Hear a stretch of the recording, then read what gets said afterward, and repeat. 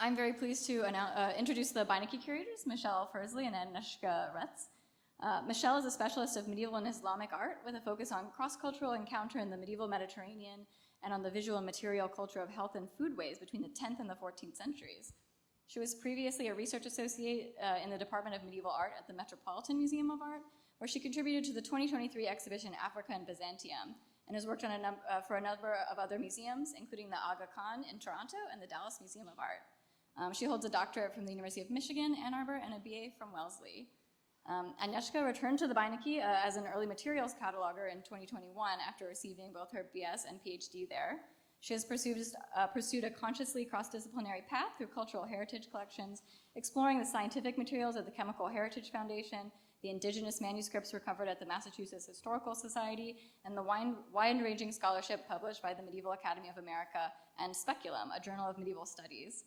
She brings a broad expertise at the intersections of medieval studies, history of science, and material history, especially paleography and codicology.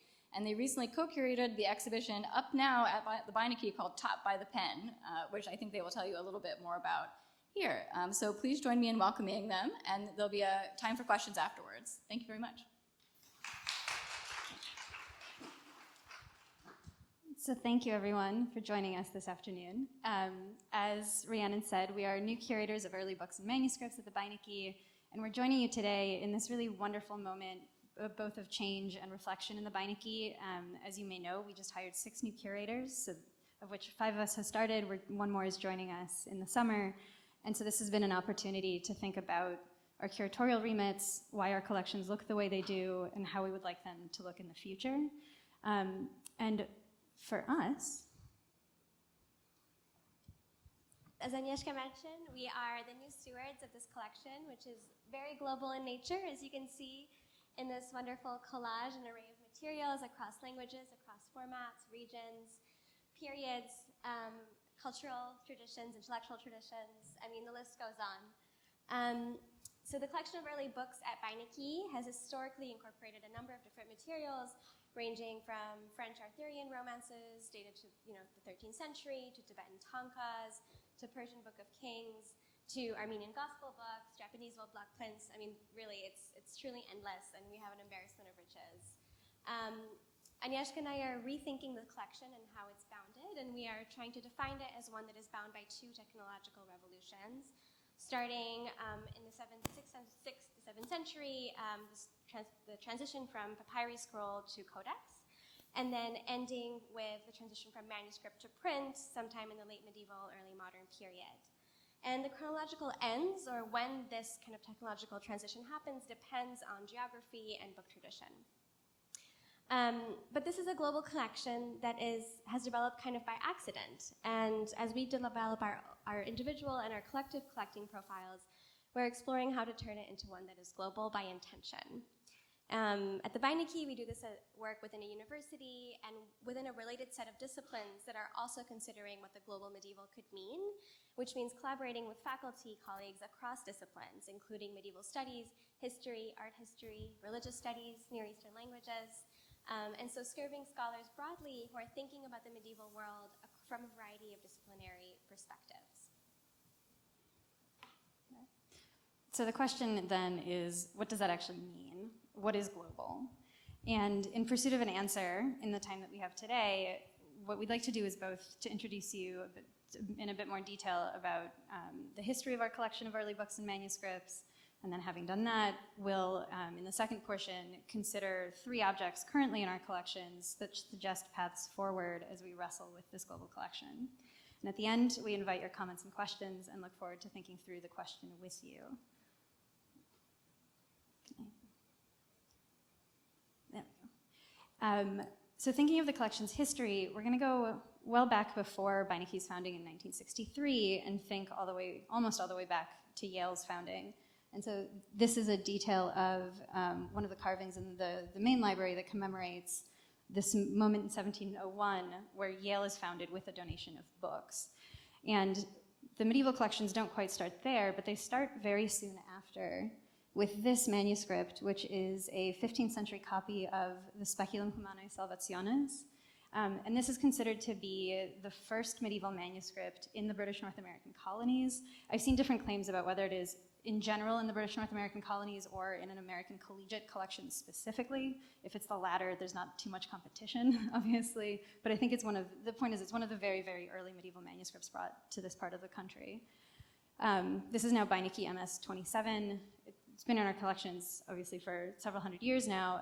And what you may be able to see a little bit in the bottom here, this is a note from the president of Yale, Ezra Stiles, who would like you to know that on the 26th of January, 1793, he read the entire book. And so having started very, very early in the collecting, at least of Western medieval manuscripts, we then don't acquire another one until the 1890s. I'll pass it to Michelle. Yeah. But in the meantime, we are actually acquiring in a variety of different book traditions at Yale.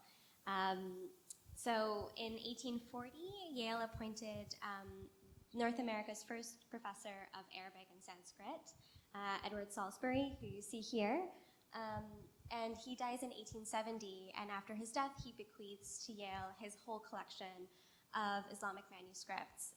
It is heavy in Arabic because that was the language that he was teaching at Yale and that was the language he was studying, but it also includes some Ottoman Turkish and some Arabic. And so that's kind of the very first big cache of Islamic manuscripts we receive in the Yale library system.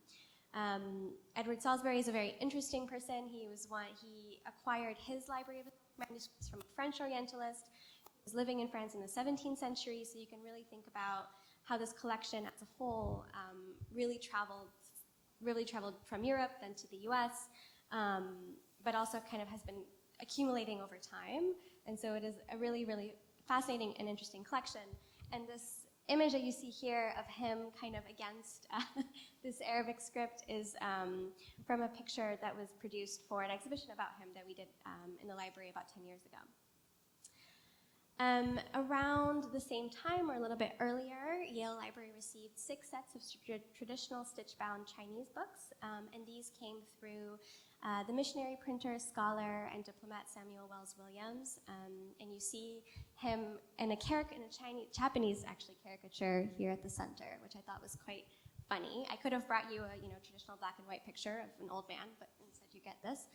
And then finally, in 1842, the American Oriental Society Library is founded, and this is a collection of books written in Oriental languages, so not just Islamic languages like Arabic, Persian, and Turkish, but also including Chinese, Japanese, Sanskrit, all type, what have you. And so the library is established in 1842, it grows over time, and then today in 2025, it was in deposit at Sterling Library, which is our main library in Beinecke, and is finally being ingested into the Beinecke's collection. So this is kind of happening in the interim, so in the mid-19th century. And then at the end of the 19th century, the turn of the 20th century, we really have a shift in collecting priorities. And Yale's President Hadley in 1909 says this: "The older college libraries were a means of enjoyment rather than research. Down to 1885, the real research work of a university, as far as it was concerned with books, was chiefly done in the libraries of the professors or special collections of enthusiasts. And a professor could say, 'I conceive that the chief educational use of a university library is to lend an occasional book to a professor who does not happen to have that book in his own library.' So it's really not, the library collection or the special collections of the library is really not thought of as kind of an educational resource or one that is open to all, but kind of coming through the interests of various professors, which in the case of someone like Edward Salisbury is very much happening. At this turn of time, there starts to be more programmatic collecting in the Yale Library. This really does start, I would say, with our collection of papyri. You might have heard of the name W.M.F. Petrie. He was one of the earliest Egyptian archaeologists. He kind of really establishes the ceramic sequence technology or method. He dug in Giza. Like, he is really kind of that Indiana Jones Egyptian archaeologist that you think of when you when you picture an Egyptian archaeologist, this is who you think of. And he was digging in Hawara in Egypt, and through the concept of partage, which is where excavators divide their finds with the country of origin. Yale gets the papyri that he is excavating. And this is one of the first papyri that ever came into the collection in 1889. In 1896, we start to have the arrival, once again, of medieval manuscripts. So Beinecke MS 24 was gifted via a historian of Scandinavian history, Paul Riant. We also get, in 1900, another collection of Arabic or Islamic manuscripts via Carlo Landberg, who was a Swedish Orientalist, so another scholar of language. And this manuscript actually is a treatise on how to trim your beard hair and your mustache. So if you're curious about that question, you can check it out. And then finally, in 1907, we get a collection of Japanese manuscripts via the library's first curator of the Japanese collections, Asakawa. And it's really, so we're sort of gathering speed, right? We started out kind of slowly, and then there are these large gifts that are given. A lot of this, up to the point that Michelle has been talking about, they are gifts of people associated to the library. A lot of it is by donation, a lot of it is faculty members or other kinds of folks related to Yale. And it's really with the opening of Sterling Memorial Library, where you see the front door on the right, which happens in 1931. This is part of the larger building project at Yale. Those of you who have ever come up to New Haven, you know Yale has this very faux Gothic style, very intentionally imitating Oxford and Cambridge. The building of the library is part of that moment. It is designed to look like a Gothic cathedral, except in Yale's case, it is a cathedral to knowledge. And so as you walk in through the front door, walk through the nave, at the far end, you see not Christ on the cross, but you see wisdom. And the circulation desk used to be where you might expect an altar in a church, so it's really meant to be a temple to knowledge. And with the building of Sterling Memorial Library, fairly shortly thereafter, you get the building of the rare book room. And again, if you've visited us at Yale, now this is where Manuscripts and Archives is, but this is where you start to develop, still not quite an intentionally global collection, but at least now we have a room and a collection and a curator dedicated to rare books. And if I could, before diving into some of those rare books, nope. Okay, I'm going to stop clicking. Okay. Can you go back one? Thank you. So this is on the front facade of Sterling. I want to just point this out.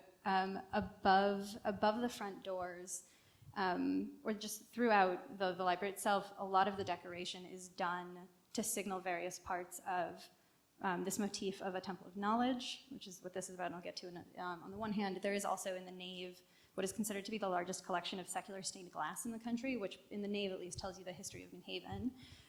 But above the front door, what you get are excerpts of the classical works of various civilizations over time in their original languages. And I would ask you to note that this one here in Arabic is Surah 96, which we will come back to later in the presentation. Can I have the next slide? Thank you. And we have a lot of different things that are coming in at various moments, a little bit more intentionally curated now. We have in Leon Nimoy, a curator of Judaica and Arabic collections. Nimoy is an emigre from Eastern Europe. He gets to start as a librarian in Odessa and in Lviv at the age of 13.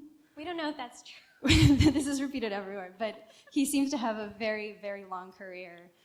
He's at Yale from 1938 to 1966 and continues as a consultant well into the 1980s. He brings in a pair of very large collections of Judaica, both rare books and modern books, one from Alexander Kohut and another from Sholem Asch. The Kohut collection in particular has a good proportion of the incunabula, of the Hebrew incunabula in the collections. He also oversees, at least possibly, the coming of what is known as the Wellcome Krause collection, and this is a bit of a misnomer because it is not the kind of collection like some of the ones we've been talking about, where Landberg is a distinct set of manuscripts that are identifiable. What Wellcome Krause is, this is Henry Wellcome, who you might know from English book collecting fame and the Wellcome Trust, sells off his non-medical manuscripts. And via H.P. Krause, who buys the Islamic collection, or the Islamic portion of that collection at auction, H.P. Krause sells them to us. This contains a lot of our Persian illuminated manuscripts, which you see a copy of Haft Paikar, the Seven Colors, on the screen there. But it is not a collection as such, in the sense that it is not intentionally curated for those things to be together.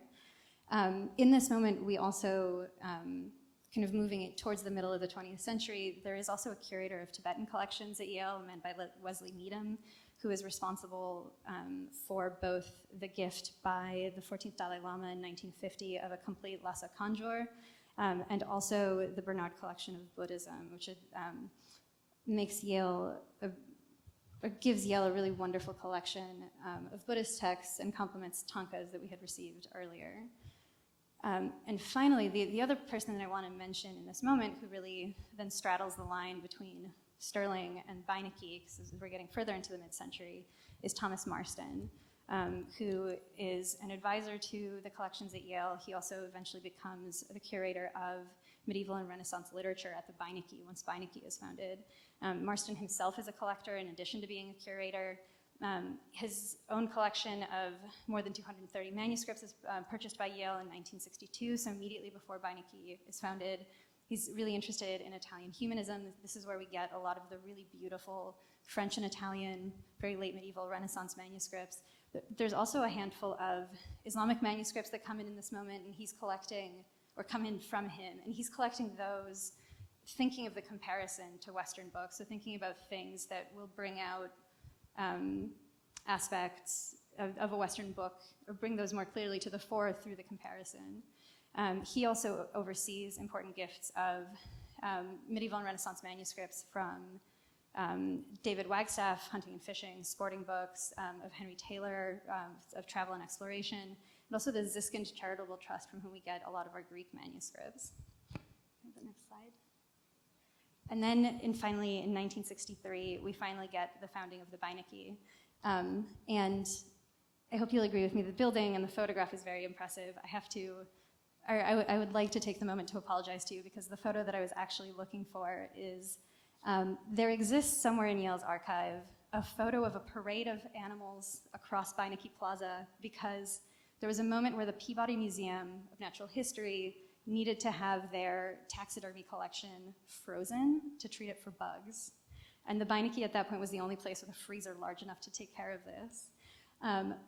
The reason, and I hope that's not too macabre to think of, but the reason that I think of this actually is because there was a different kind of parade happening across Beinecke Plaza. Sterling Memorial Library is on one side of High Street, Beinecke on the other, and as Beinecke is founded in the years immediately before, there's a systematic removal of rare books and manuscripts from from Sterling into Beinecke. They move over 400,000 volumes. You can imagine, especially in a moment now when many of you have moved books into this building and out of this building, you can imagine 400,000 volumes is a tremendous amount of work. There's later also a program to go through and really comb through extra portions of Sterling's collections that bring in nearly another 50,000 volumes. One other thing that I want to pause on with this photo in particular is that the building itself is designed by Skidmore, Owings, and Merrill. The outside is done in marble, and I invite you to come on a very sunny day, because what you're seeing in that warm glow in the photograph is actually the sunlight warming up the marble on a really sunny day, and it creates this really lovely glow, and it also protects the book, which is why we can have them on display in these lovely stacks. Architecture firm, Gordon Bunshaft is our architect, and in preparing both for this presentation and learning our collections, one of my favorite things that I have learned is that apparently, coming to the Beinecke, seeing all the books on the shelf, Gordon Bunshaft was distressed because he says, "The books are all different colors. I wanted all blue books." to which the then head of the Beinecke Library, Fritz Liebert, says, "I pointed out that the books had to stand on the shelves by their call numbers, regardless of color, and that I thought all blue books was a pretty corny idea anyway." So you can see there's a lot of personalities involved in the creation of this building. And there's likewise a lot of personalities and individuals who, again, contribute to the creation of these collections, not least of which we have benefited tremendously from the close involvement of the Beinecke family. We still do. But in particular, at Beinecke, in this moment, in the mid-century, both before the founding of Beinecke as a separate building, but also afterwards, remains very carefully involved, or very closely involved, is often going to dealers like H.P. Krauss, is selecting books to be brought into the Beinecke, and is also an incredibly generous patron. And now I'm reading again from Franz Liebert's memories of this moment, And speaking of Ed's generosity, he says, sometimes Ed carried the ball farther than I dared to expect. Our good friend and donor Hans Krauss issued in 1964 a catalog of 140 papyri, of which Yale already had a strong collection. I picked out, with eager faculty help, a few of the most important, and when Ed, who had seen the catalog, telephoned about it, I read him my list. Yes, I think we should buy them, he said, and my heart sang. Then he added, find out what Hans wants for the whole catalog. I did, and they are now all at Yale, as well as other papyri given by Hans. And this, both in reading about the collections and in talking to folks who are around to know Ed Beinecke, this is a thing that happened regularly. He's part of the reason we have this mid-century acquisition of really beautiful illuminated manuscripts as well. Michelle will talk some more about the specific collections that came in at various moments. The last bit of history that I want to give you is just thinking about the curators that have come before us and the way that the name of the collection has changed in that time. Excuse me, so I mentioned Thomas Marston is the curator of medieval and Renaissance literature. Bob Babcock, so Marston retires in 73. From 1987 to 2008, Bob Babcock is the curator of medieval manuscripts and early books. And then our predecessor from, I believe, 2010 to 22, Ray Clemens is the curator of early books and manuscripts, which is the title that we now share. I will say that all three, like me, are trained as Western medievalists, though often with broad interests outside of Europe. And this is, I think, one of the lovely things about there now being two of us who have very different kinds of trainings as we approach this global work. After the Beinecke is founded in 1963, you still have very much incoming collections into the library, but this time they're not coming into a general library collection or Sterling, they are coming directly to Beinecke. These include the collection of Oscar Rescher, who was another collector, another Orientalist, someone who was studying language, and he gives about 300 manuscripts to the Beinecke Library. You have a picture here of one of the manuscripts in his collection, which is actually a dictionary of the difficult terms in the Persian Book of Kings, which I find quite interesting. So that comes in 1972. In 2005, Bob Babcock, one of the former Early Books and Manuscripts curators that Agnieszka just mentioned, acquires about 2,000 manuscripts from the Hartford Theological Seminary. And so these are primarily Arabic texts, but also include Persian, Turkish, Syriac. But these were manuscripts used for the religious education, Christian religious education primarily. And so you could imagine that they were heavy in representation in Semitic languages, including most notably Arabic. And then here you just have one of our Syriac prayer books from the Hartford Theological Seminary. And then most saliently, in 2017, Ray Clemens acquires the private collection of Toshioki Takamiya. This is a very, very prestigious and very kind of high spot collection of English medieval manuscripts. And here you have a picture of Mr. Takamiya himself holding what I'm not quite sure is either a live animal or a stuffed animal, on the topic of stuffed animals, but I thought it was quite cute. He's, English medieval manuscripts and cute dogs. And around the same time as the Takamiya collection comes in, we also acquire the collections of the remaining collection of Otto Egge. And many of you may know who this is, but Otto Egge was a book dealer and also a book breaker in the middle of the 20th century. We do not do this anymore. This is very bad practice. Otto Egge would claim to you that when he was breaking books, by which I mean, taking a full codex, taking out leaves, selling them individually, he's doing this partially on a democratizing mission because he's selling to this post-war market, often out of Lima, Ohio specifically. And you can imagine that mom and pop out in Iowa don't necessarily have use for a whole medieval manuscript, may not afford a whole medieval manuscript, but to have an album of leaves or to have a single leaf is a thing that you can kind of pull out after dinner and show friends and family. And this is the kind of market he's mostly dealing into. And what Ray Clemens bought in 2015 was the remains of Otto Egge's shop when he died. And so it's this massive collection that includes the business records. It includes some of these portfolios that I mentioned. There's about 7 of those left. And then a massive number of books in various stages of being broken. So we have individual leaves of both print and manuscript. We have what essentially look, and these kind of break your heart. You can't see any of these clearly. I think the one on the bottom is an example of this. but imagine a binding without any of the leaves in it, or with just a very few leaves in it. And so you see him in the process of actually breaking these books apart. But Otto Egge had very eclectic tastes. And if on the far, well, if on that side you see what, at least by the binding, look like medieval manuscripts, and those are in fact two very large antiphonals, medieval Western, the two photos in the middle give you a sense that he's also collecting leaves of Tibetan manuscripts. He's collecting, that is an Ottoman Turkish manuscript on closest to me here, and his sense, again, he's not necessarily doing this very intentionally beyond the fact that these are pretty and they are interesting. And among the portfolios that Otto Egge puts together, there's one called Oriental Leaves, or Leaves from Oriental Books, and his sense of Oriental is effectively anything east of France. So it is Ottoman Turkish and Persian and Ethiopic and Greek and Slavonic and Tibetan and basically whatever he can get his hands on. But we wanted to end kind of the history section here because it is sort of metaphorically the kind of collection that we are inheriting, right? There are all of these fragments and bits and pieces of collections that have come in.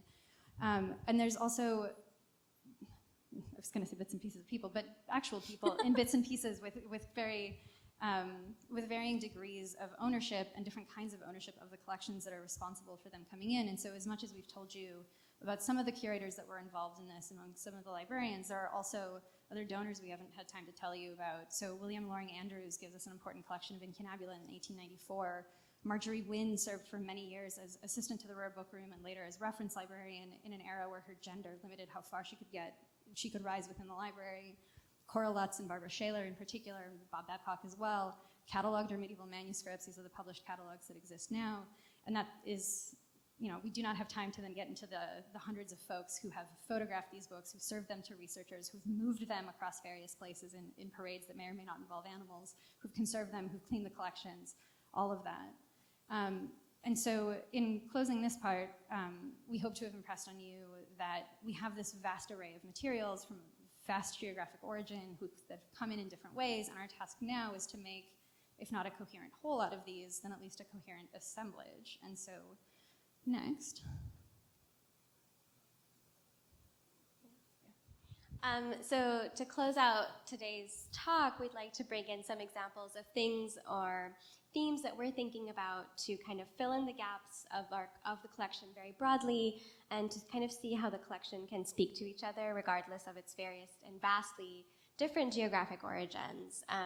As you've heard, this collection at the Beinecke is kind of a collection of collections, right? It is these big groups of things coming in at different times, representing individuals' research interests, linguistic training, and all, just collecting practices in general. But as we try to think about this as an ensemble, here are some of the ways that we are trying to see how there could be intersections. So the first example is genre. So the genre of magic or amuletic or talismanic text is something that is, I think, both dear and near to both of our hearts. On the far right, you have an Ethiopian scroll of magical healing. This is Ethiopic MSS 28. It's made in the 19th century. It is a very long scroll, so I'm about 5 feet tall, and it's about my height. It's written on parchment, and it includes texts, religious texts and spells written in classical Ethiopic and Ge'ez, and sometimes even incantations that make no sense at all. But Ethiopian scrolls, you could find them across a variety of both museum and library collections, and they were very, very much used, so much so that they often came with containers that you could put in your pocket or hold, carry around your neck or put under your pillow. These were both objects and texts, but their primary purpose was talismanic or to heal you from sickness or some kind of thing like that. In the vein of kind of spells and incantations, at the center you have a papyrus. This is in the exhibition I worked on at the Met, Africa and Byzantium, and it was some of our visitors' favorite objects. And so I'm very fortunate to have gone from the Met to the Beinecke via this funny institutional lineage. This papyrus includes a spell to acquire a beautiful voice, and it is someone who wants to acquire a beautiful voice so that she can sing to her lover, to persuade her lover to fall in love with her. And so it includes things like drinking dove's blood, but it also includes things that are quite, sanctioned, like praying to the Virgin Mary. And the figure that you see at the top right is actually the Virgin Mary in a very crude way. And the object, so this is a papyrus produced in Egypt, Ethiopian scroll, and then you have this manuscript from northern Italy or France from the 13th century, and it is a book of ritual magic that claims to give the practitioner various powers, improved intellect, so not quite as frivolous as love, so intellect, ability to speak to angels, and earthly and heavenly knowledge. And the image that you see contains diagrams that the practitioner is meant to complete as part of as part of the notary art. Alongside genre, we're also thinking, I think, quite obviously about kind of the topic of translation. The two texts that you see here are both the same. They tell the story of Barlam and Josephat, or in Arabic, Bilawhar and Budosaf. Barlam and Josephat is a religious story of two saints originating from India that are converting to Christianity, and they go through all kinds of, obstacles and journeys and martyrdom as they convert from paganism to Christianity. It is a text that is quite interesting because it does originate in India, then travels via India to the Middle East. It's being written and translated into Arabic and then Persian and Syriac, and then goes into kind of the Caucasus in Eastern Europe, and so you have examples of Barlam and Josephat in Georgian, as well as here in Russian. And this is an example from the 18th century. So you kind of see how the text is not just moving through different languages, but different modes of reproduction, including text and image. And a third way that we would want to navigate the collections also speaks to how much teaching we do out of these collections. So as much as we've been talking about the development of this collection within the context of the development of a research library, we also teach a tremendous amount. And one of the challenges to trying to teach a global medieval is that your students will not be able to read all of these languages. We do not read all of these languages. And so materiality becomes a really important way to bring students along and to bring them into the collections, because you can feel the difference between Islamic paper and Western paper. But the other thing that I find particularly interesting about materiality is you can think about a different kind of transmission, and in particular the different places paper travels. And so what we have on screen here on the far side is a West African manuscript that is produced on Russian paper, which I nearly jumped out of my chair when I saw this. And you can see the close-up in the middle is an embossing stamp of the particular paper mill, which you can find details on. And you may be able to see that number 7 in the middle, that is an indication of the quality of paper. And apparently what would happen is that Russian paper mills would sell their lowest quality paper abroad. And then as an example of thinking about materiality, and again, thinking about the trade in paper on the right, and to some degree the movement of people also, Beinecke MS 228 is an English manuscript, a manuscript in English, of the story of Dives and Papur, which is a commentary on the Ten Commandments, popular in the later Middle Ages. It's in the form of a dialogue where you have a wealthy layman and a poor spiritual man having a conversation about what it is to live a good life. But what is strange about this manuscript, here we're looking at the end of it, and if you come up to the screen, you'd be able to read the colophon that tells you that this was produced in Lisbon, which is very odd, but again, helps us think about the various kinds of interconnections between different languages, between different traditions, between different peoples of the medieval world. And thinking again about Russian paper, this we'll come back to the exhibition briefly, but we don't have a really clear catalog or don't have a clear sense of how much Russian paper there is in the Islamic collections in particular, but we do keep finding it. And one of the other places that we have found it is in this Turkish manuscript from the 19th century, Seyf al-Muluk.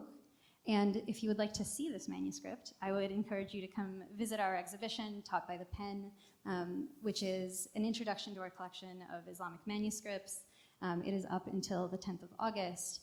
And you may remember way back at the beginning when we're looking at the inscriptions on above the front door of Sterling Library, and I said, this is Surah 96, remember this one. So that is, the reason I wanted you to remember it is because that's actually part of the source of our title.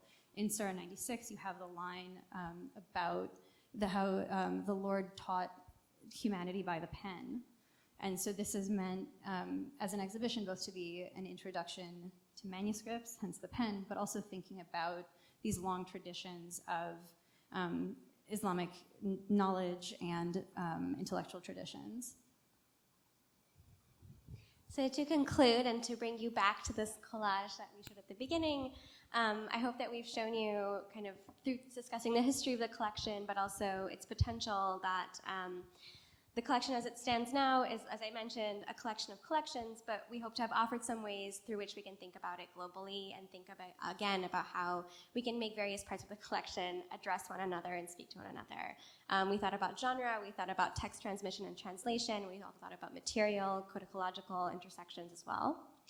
And we talked a lot about kind of collection development and how to grow the collection, but we didn't want to be remiss in saying that part of parcel of like the collecting the global Middle Ages is to support the robust description that enables us, our students and our researchers, to navigate our collections and make new connections.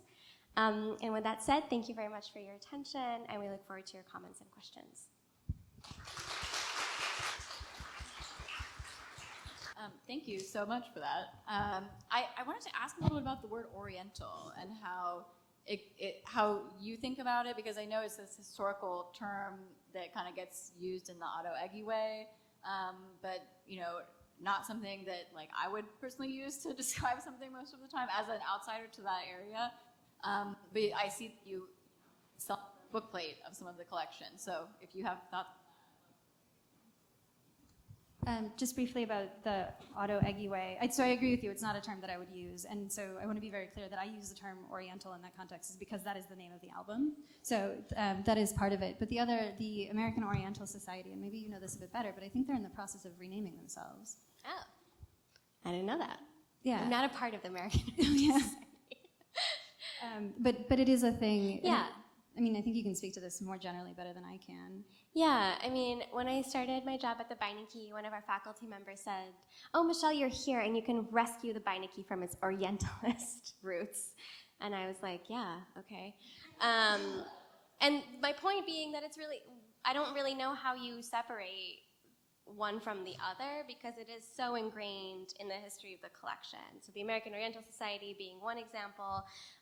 You'd notice that I talked about certain scholars as Orientalist scholars because that's how they called themselves. That was how the field was called. And so I think it speaks to kind of the depth and the history of the collection more than an accurate way to describe the collection as it is now. But certainly there are certain intellectual traditions, particularly in Europe and other parts of the world, that still do use the word Oriental, and they find it to be a useful nomenclature. I think more broadly, the reason why this term has persisted also is because we as a field haven't quite figured out what is our new word. Is it Middle East? Is it Near East? Is it, some people now use SWANA, so Southwest Asia and North Africa.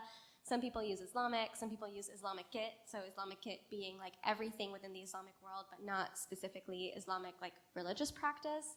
And I don't think we've quite settled on it because there are so many different interests and disciplinary kind of stakes in that discussion. There's the political one, there's the geopolitical one, there's the linguistic one. I mean, it's endless, and it is a kind of very boundless tradition, and one that kind of encompasses a third of the world.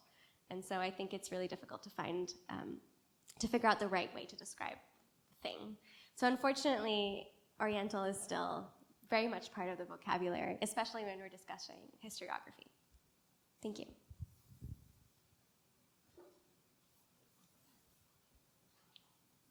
Thank you. This is related to your examples of cross-cultural transmission and translation.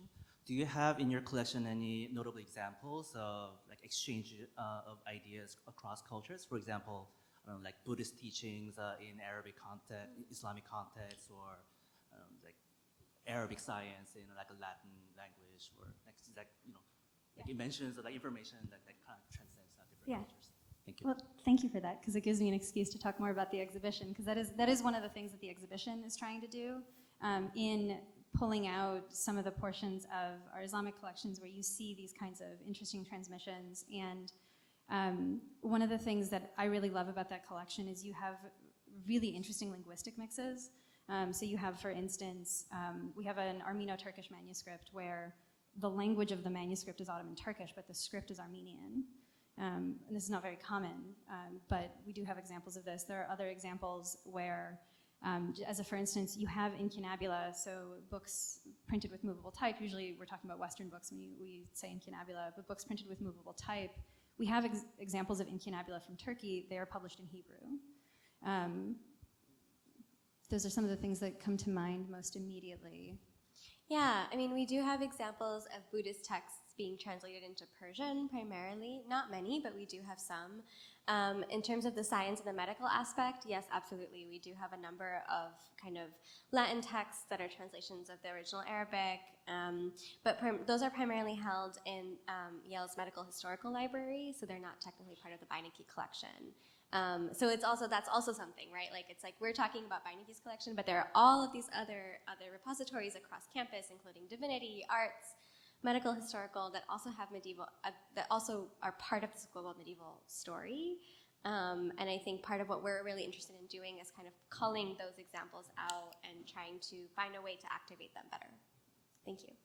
And to add one more to the kind of thing that you're describing about the transmission of science, we have a few examples where the transmission is going the other direction. So we have a 16th century copy of an Italian herbal, and then a slightly later Turkish manuscript that is clearly being copied out of this book. It's not an exact copy, but it's somebody who's studied this book, is somebody who's following its structure. And at the end, you also have a Turkish, Arabic, Italian dictionary.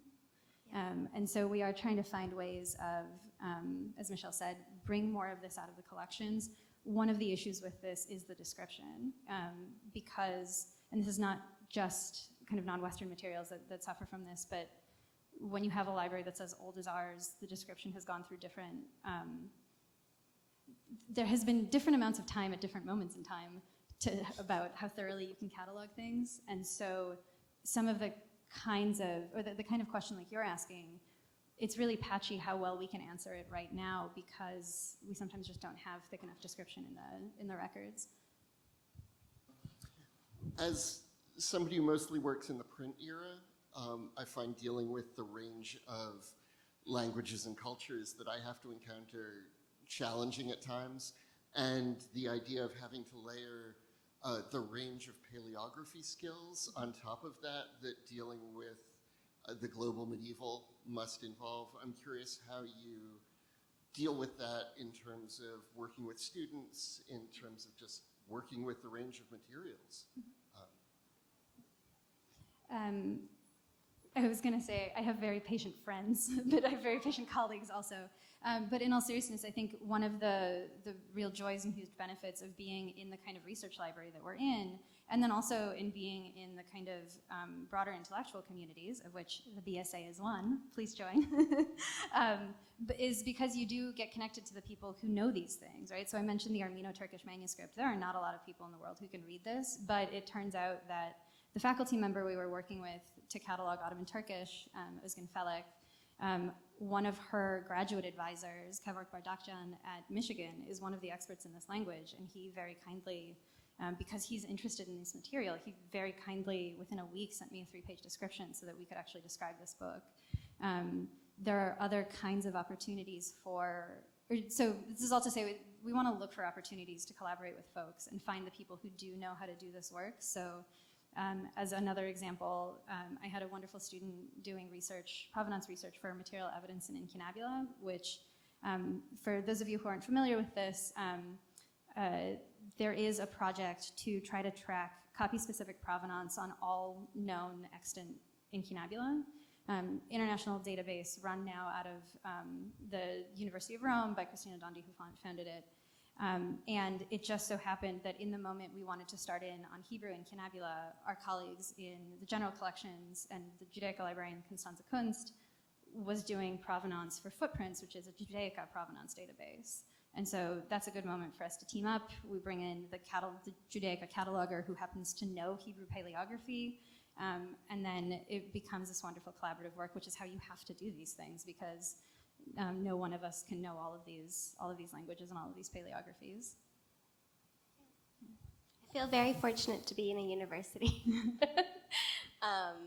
And yeah, I mean, I think part of this, and I think what medievalists are thinking about a lot about the global is like how inherently collaborative the global is, and it has to be. And I think it represents not just like an intellectual move for the field, but it also represents a move towards a different ways of thinking, different ways of publishing, just different ways of producing scholarship that is thinking about kind of conversations you're having, more informal meetings, more informal discussions.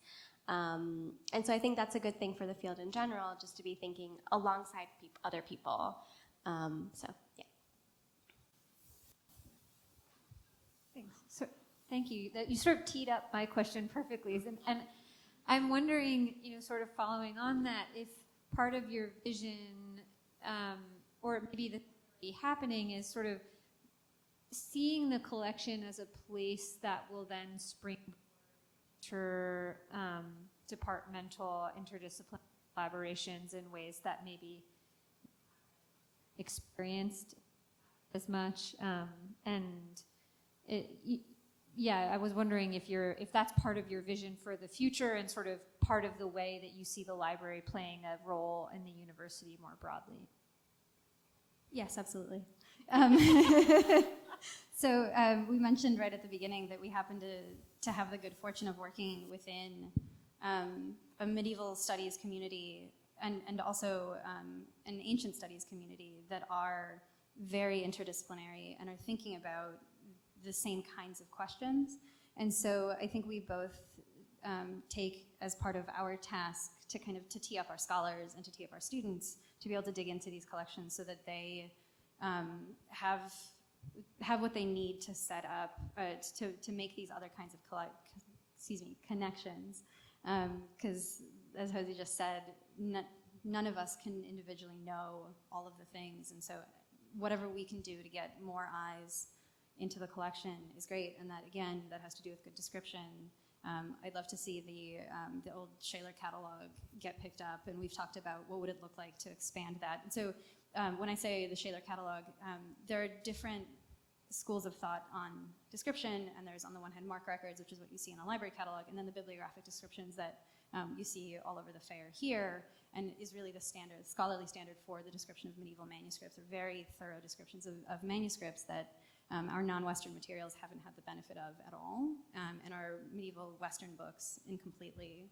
And so that would be a first step, but there's other kinds of things that are on our mind to do.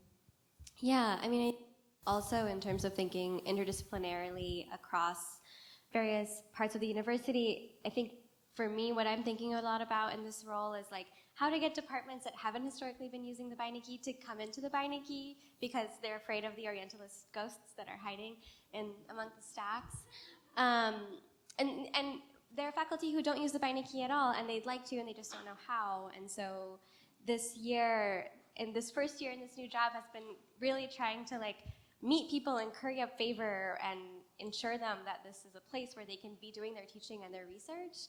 And there's already a lot within the building that they can use. It is not just like, it's because sometimes faculty or our colleagues are like, well, if you buy this or if you bring this into the collection, and it's like, yeah, but we also have stuff here that you can start using.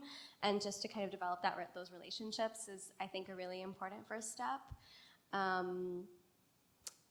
And then also, I think that allows us for both of us to be mining the collection in a new way, and that is bringing us really new discoveries. So the folio from Eggy that Agnieszka showed a couple of slides ago, I discovered my first week on the job, and I was like, oh my God, like this is an image of Muhammad's ascension that like is extremely rare, and we don't have any other examples of it. And I've now shown it to like so many faculty who are like, oh my gosh, can I put this in my exhibition? Can I teach this in my class? Like, I think those kinds of chances of encounter and surprise are the things that allow us to do really interesting things with the collection in collaboration with different people. So, thank you. I was wondering, so you mentioned you do teaching, and I was wondering if there are any objects you show that consistently students really respond enthusiastically to, and realize you're doing a lot of different courses and things, but sometimes in a collection, there's just an object or two where you know every time you bring it out, people are going to respond. And I'm wondering if there's anything like that you found. I mean, this guy does pretty well. Because it's an image, and so I think a lot about, you know, what kinds of materials are translatable and easily, like, not readable in terms of like literary text, but like readable to students, and images do quite well, particularly images that are as kind of crystal clear as this one. You know, showing the Prophet Muhammad, everybody knows who that is, but then he's also with this fantastical figure at the bottom who's Burak, his steed, who's half angel, half horse, which is really interesting, and people get really excited about like kind of fantastical figures. Burak, also interestingly, is a figure that does not have a gender, and so people find that really compelling. So things like that. There's a map in the collection that shows the map of the Islamic world, or actually the whole world, but Europe is barely shown, in North America not at all, and the center of the world is Mecca and Medina, the two holy cities of Islam, and people do really like to respond to that, because they're like, oh my God, like where's France? Like, France is not here. And I think that like does a lot to undo people's understandings of what the Islamic world is. And I think, again, the element of surprise is one that they can take home with them. And it's a really interesting pedagogical tool as well, to kind of take people by surprise, undo their expectations, and give them new ones to kind of take with them. So, yeah. And I have to say, I find this a weirdly difficult question, because I think on the one hand, there's a sort of obvious answer of a large illuminated manuscript is going to do it, right? It's shiny, it's pretty, especially the blues can be so intense, and that's going to grab students. And so things that are strange sizes or unexpected sizes, other kinds of, anytime students can immediately clock something as being weird. But the other thing that this is helping me reflect on is that very often, especially my undergrads, when they come in, they're quite scared, and they're shy, and they're very reserved. And so I spend a lot of time focusing on making them feel comfortable so that they can be excited, and modeling the kinds of behaviors that, like, yes, you can touch this, this is how you do it safely, but do it, right? Do dig in. And so it usually takes them a little bit to feel comfortable expressing that excitement. It's sort of like they're in a new environment, they don't know what the rules are. And so I'd like to think that with the right pitch, you can do this with basically anything. And I've had some really lovely conversations with students who, because they bring so many different interests, like some of them are really, really concerned to figure out how is this thing made? And especially as once you start getting past 1600, I really have no idea what I'm talking about. So if somebody's asking me about mezzotint, I have to do some very, very quick Googling to figure out what this is, how do I communicate it? But also you have students who will come in and recognize certain scenes from their own religious devotion, and they will know that thing better than I do, or who come in with different languages and know that thing better than I do. So this is one of the other things that I think about, is how do you pull materials that students can grab onto in some way, and that ideally requires some conversation with the professor, with the TA, to figure out who are your students, what are the things that they might respond to, which is going to look very different for, obviously, a graduate course in medieval paleography versus an undergraduate medieval survey versus we have every semester Candace Barrington from Central Connecticut brings over her Middle English students who are primarily K through 12 teachers working in the state of Connecticut, and the kinds of things that they respond to are going to be different, and those are the things that I try to match the book to the people that are coming in to the degree that I can.